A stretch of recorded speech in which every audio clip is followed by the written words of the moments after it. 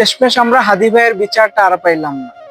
ইস্যুর পরে ইস্যু আসলো, কত ইস্যু চলে গেল, হাদি ভাই হাজারো ইস্যুর মাঝে হারিয়ে গেল। এখন আর হাদি ভাইয়ের নামে ভিডিও করলে ফর ইউতে যায় না।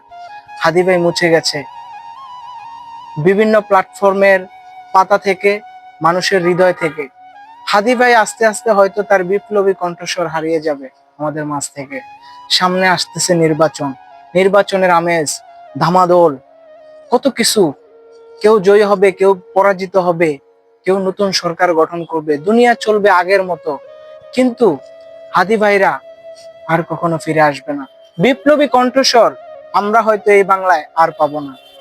হাদি ভাইয়ের বিচার কি আমরা পাবো না জানি না, কিন্তু মনে রাখেন, পাপের শের যখন পূর্ণ হয়, পাপের বোঝা যখন ভারী হয়, তখন নমরুদ পরাস্ত হয়েছিল। বড় বড় শাসকরা হারিয়ে গিয়েছে ইতিহাসের পাতা থেকে। আপনারাও হারিয়ে যাবেন আজ হয়তো কাল। আমাদের বাংলাদেশে লাস্ট 2 বছর আগে এমন একজন শাসক ছিল, আমি নিজে ব্যক্তিগতভাবে জানতাম তিনি কখনোই হারিয়ে যাবে না। কিন্তু তিনি ক্ষুদ্র, কোটা না মেধা, এই ক্ষুদ্র একটুর সাথে বেঁচে উনি শেষ।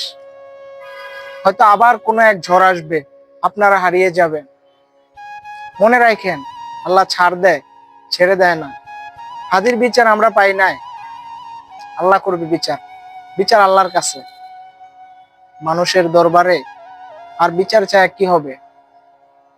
চুপ ছিলাম অতীতেও, ভবিষ্যতে যদি চুপ না থেকে কথা বলা লাগে তবে তাই বলবো।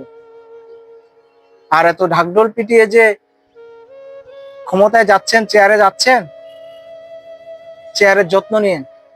ধন্যবাদ।